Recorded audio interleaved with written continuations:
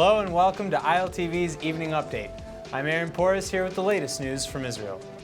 Earlier this morning, thousands gathered in the central Israeli town of Tira to attend the funeral of Israeli Arab teen Lian Zahir Nasser. She was one of 39 partygoers to be murdered in Istanbul's Reina nightclub just an hour into the new year of 2017, and her body was returned to Israel on Monday. The shooter, Kyrgyzstani national Laki Moshrapov, remains at large. Speaking at the funeral, the mayor of Tira, Mamoun Abed Al-Hay, declared the day a day of mourning, anger, and solidarity with the family. Also among those in the funeral's attendance were Knesset members from the Joint Arab List, as well as Palestinian Authority President Mahmoud Abbas. MK Ahmad Tibi called the terror attack an act of criminal terror, saying that ISIS, who claimed responsibility for the attack, is a fascist cancer. Welfare and Labor Minister Haim Katz was questioned under caution 2 weeks ago for the second time, this time on suspicion that he received bribes. A close associate of Katz, financial advisor Moti Ben-Ari, was also questioned again on suspicion of bribing the minister. It's currently unclear what the nature of the bribes are, but Katz is alleged to have received inside information from Ben-Ari that enabled him to profit financially. Katz was allegedly told by Ben-Ari about an impending deal between two real estate companies he's been working for. Before the deal was reported to the stock exchange, Katz and Ben-Ari bought shares of the stock. As a result, Katz and Ben-Ari allegedly made 290,000 shekels in profit when the deal was made public. Both Katz and Ben-Ari have denied the allegations made against them. There's just 1 day left before the military court is set to decide whether Sergeant Elor Azaria is guilty of manslaughter. IDF Chief of Staff Gadi Eisenkot expressed confidence in the military courts and criticized those who have called for leniency in Azaria's sentencing just because, quote, he was some confused little kid, end quote. An 18-year-old man who enlists in the IDF is a soldier and not everyone's son, and he must give his life to protect us, said Eisenkot. Azaria's family criticized Eisenkot's comments, saying in a statement, quote, on the eve of Elor's sentencing, the IDF chief finds it appropriate again to bluntly interfere.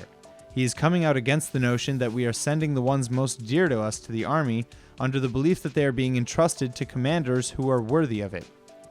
Azaria is facing manslaughter charges after shooting dead a wounded terrorist lying on the ground. A former Melkite Greek Catholic Archbishop of Jerusalem, who was once imprisoned by Israel for smuggling weapons to West Bank terrorists, has died at the age of 94. Monsignor Hilarion Capucci served 2 years of a 12-year sentence before the Vatican helped secure his release.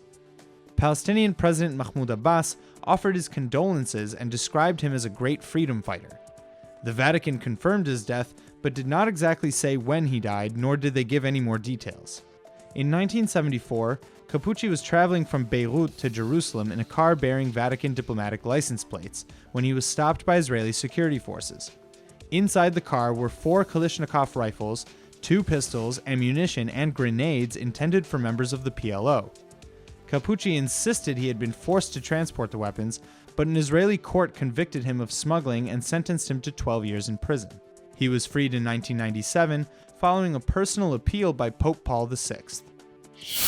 A record-breaking 2 million people visited the Nazi death camp of Auschwitz in 2016. According to the museum, the group of people who visited most often, with almost 424,000 people, was the Polish, followed by British citizens at 271,000 and Americans with 215,000. Almost 3/4 of 2016's visitors visited the memorial with one of its 280-plus official guides, who explain the history of Auschwitz in almost 20 different languages, the most common of which is English. After the United States, the top countries visiting Auschwitz, which was declared a World Heritage Site by the United Nations in 1974, are Italy, Spain, Israel, Germany, France, the Czech Republic, and Sweden. In addition, some 150 movie crews produced documentaries at the museum and memorial just last year.